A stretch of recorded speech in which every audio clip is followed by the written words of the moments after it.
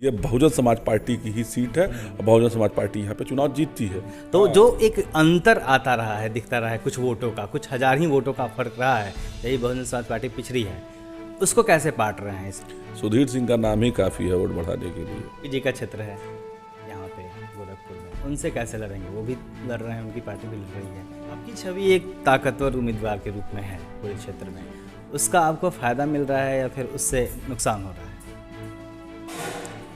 भाई, एक मजबूत आदमी से दोस्ती करना कौन नहीं चाहता है, तो इसका तो फायदा ही है मुझे। सुधीर सिंह का पहला मुद्दा है कि 50% यहाँ के लोगों को रोजगार दिलाया जाए।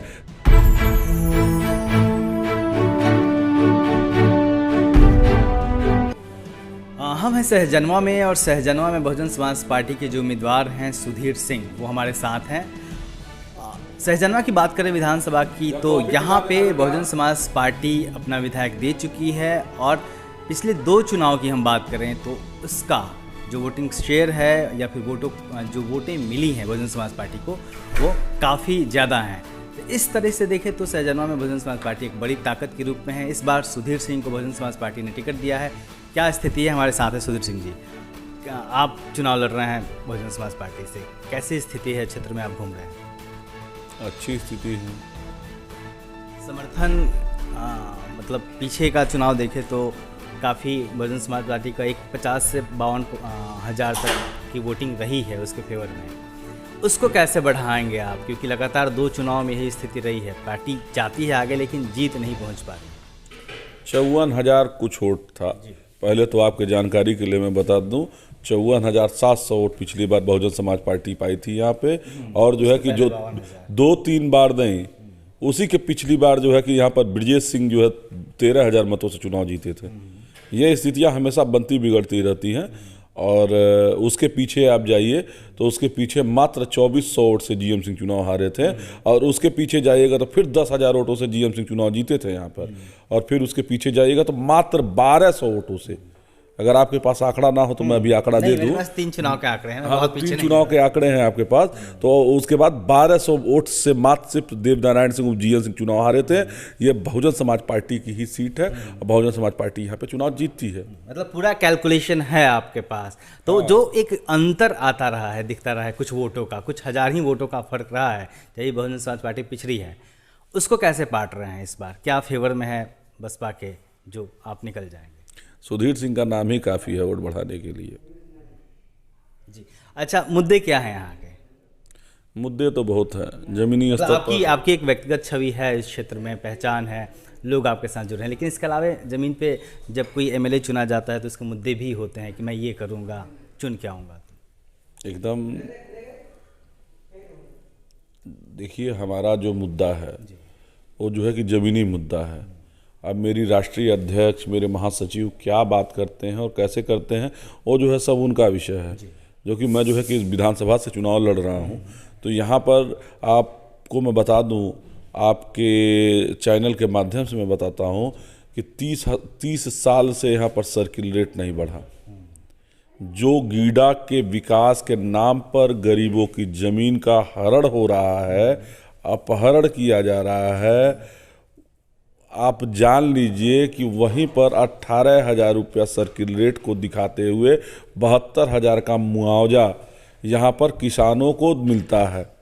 और वहीं पर जस्ट बगल में अगर नदी भी पड़ जाती है और 4 लेन निकल जाता है वहाँ से, तो उनको 7 लाख रुपया, उनको 6,75,000 रुपये डिसमिल के हिसाब से उनको जो है मुआवजा मिलता है। इससे यहाँ पर किसान बहुत दुखी है, बहुत परेशान है। यहाँ की ज़मीनें बहुत महंगी हैं, क्योंकि वही ज़मीन गीडा लेती है, उस पर गीडा का ठप्पा मारती है, और उसी ज़मीन को 9 लाख रुपये डिसमिल के हिसाब से उसका जो है लॉटरी कराती है। तो मैं आपके माध्यम से ही पूछना चाहता हूँ कि ये भारतीय जनता पार्टी की जो सरकार है, या इसके पहले के लोग जो विधायक लोग हैं, ये लोग इस मुद्दे पे इनको लड़ना चाहिए था। क्योंकि हमारी ज़मीनें ज़बरदस्ती ले ली जा रही है, हम भूमिहीन होते जा रहे हैं। मगर अगर जो है कि हमारे ही घर का बच्चा फिर उस ज़मीन को खरीदने जाता है तो आप 72,000 पे देते हो और 9 लाख रुपया पे लेते हो, यानी 10 डिसमिल। ये कोई नियम तो होना चाहिए, यहाँ इनको नियम बनाना चाहिए। और तो और प्रदूषण की स्थितियाँ ऐसी हैं कि आप आमी नदी को देख लो। आमी नदी का जो पूरा गंदा पानी है वो जो है कि यहाँ के प्रदूषण का गवाह है। और प्रदूषण किस स्तर पे है, आप अभी रात में जो है कि छत पर जाइए, झाड़ू लगा दीजिए, और झाड़ू लगाने के बाद जब वहाँ पतली सी परत, कल सुबेरे भर फिर से झाड़ू लगाइएगा तो आपको पतली सी परत जो है कि काली काली दिखाई देगी। तो प्रदूषण का जो है कि स्तर आप देख लीजिए कि कितना है। और जो है कि प्रदूषण के स्तर पे कोई लड़ने वाला नहीं है, आमी नदी के सफाई पे कोई लड़ने वाला नहीं है। और जो है कि यहाँ पर जो है कि आमी नदी अगर इतना दूषित है तो निश्चित रूप से हमारा सीना भी दूषित है। हमारी ज़मीनें जा रही हैं, हम स्वास्थ्य खराब हो रहा है। मगर अगर रोजगार की बात कर दी जाए तो ये फैक्ट्री मालिक जो है कि मनमाने ढंग से यहाँ पर जो है बिहार, बंगाल, रांची और इधर उधर से लेबर बुला के यहाँ पर 7,500 रुपया दे के 12 घंटा नौकरी करा के जो खून चूसने का काम कर रहे हैं। सुधीर सिंह का पहला मुद्दा है कि 50% यहाँ के लोगों को रोजगार दिलाया जाए। जो प्राइवेटेशन का मामला है उसको ख़त्म करके सिर्फ और सिर्फ जो नियमानुसार है 8 घंटे की ड्यूटी ली जाए। और जो स्केल 1, स्केल 2, स्केल 3 के हिसाब से जो इनका जो है कि जो भुगतान है उसको फैक्ट्री मालिक करे। और यही मेरा जो है कि ज़मीनी मुद्दा है। शोषण हो रहा है फैक्ट्री मालिकों द्वारा, वो मुद्दा रह गया आपका और तमाम चीज़ें। अच्छा, कोविड काल में आपका नाम काफ़ी चर्चा में रहा था कि आपने किस तरीके से लोगों की मदद की, उसका कितना असर मिल रहा है, कितना असर देखने को मिल रहा है ज़मीन पे? देखिए, हम लोग सेवा के भाव से यहाँ पर उतरे हैं। मैं यहाँ पर भले मेरी पार्टी सर्व समाज की बात करती हो, मैं भी सर्व समाज की बात करने के साथ साथ दलित, पिछड़े, वंचित और शोषित लोगों की सेवा के भाव से जो है कि मैं राजनीति कर रहा हूँ। और मुझे राजनीति के द्वारा पैसा नहीं कमाना है, पैसा कमा के मैं राजनीति कर रहा हूँ। तो इस वजह से मैं यहाँ पर जो है कि गरीबों के हक की लड़ाई लड़नी है मुझे। इसके अन्यथा जो है कि और भी इसके पहले विधायक लोग रहे हैं, उन लोगों को देख लीजिए, वो लोग सिर्फ आकर ठेकेदारियाँ करने का काम किए। आपकी छवि एक ताकतवर उम्मीदवार के रूप में है पूरे क्षेत्र में, उसका आपको फ़ायदा मिल रहा है या फिर उससे नुकसान हो रहा है? भाई, एक मजबूत आदमी से दोस्ती करना कौन नहीं चाहता है, तो इसका तो फ़ायदा ही है मुझे। अच्छा, योगी जी का क्षेत्र है यहाँ पे गोरखपुर में, उनसे कैसे लड़ेंगे? वो भी लड़ रहे हैं, उनकी पार्टी भी लड़ रही है, वहाँ पे कितनी टक्कर है? भाई, योगी जी गोरखपुर लड़ रहे हैं, यहाँ तो लड़ नहीं रहे हैं। मुख्यमंत्री हैं, बड़े चेहरे हैं, उनकी प्रतिष्ठा दांव पे लगी हुई है ना गोरखपुर में सभी सीटों को निकालने के लिए। कहाँ उनके कैंडिडेट को टिकट दे दिया गया कि उनकी प्रतिष्ठा दांव पे लगी है? गठबंधन तो है ना।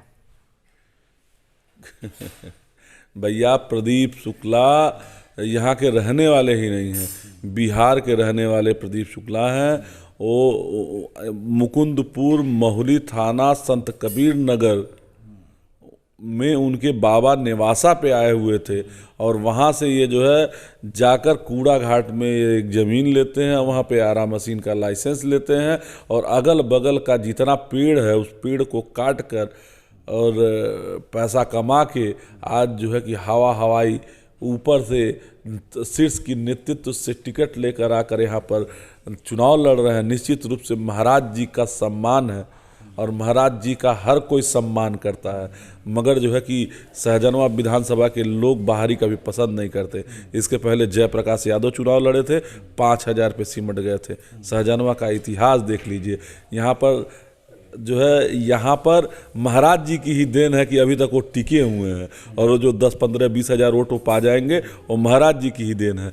नहीं तो आप जान लीजिए कि वो जयप्रकाश जी 5,000 पाए थे, ये 2,000 पे सिमट जाते। अच्छा, बहुजन समाज पार्टी तमाम सीटों पर लड़ रही है, आप सहजनवा से लड़ रहे हैं। आपके प्रत्याशी घोषित होने के बाद बाकी सीटों पे कितना प्रभाव पड़ेगा? वहाँ भी आप देख रहे हैं, समर्थन कर रहे हैं पार्टी के लिए? मैं राष्ट्रीय नेता नहीं हूं कि मेरे टिकट पाने से क्षेत्र की बात हो रही है। गोरखपुर में तो एक आपका रसूख है ना।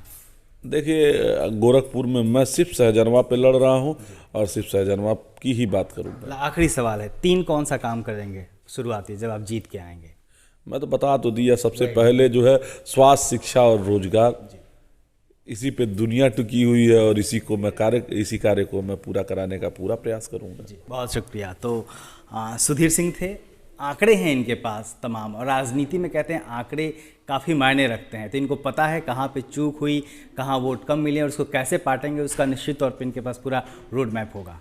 आप देखते रहिए दलित दस्तक। जय हिंद।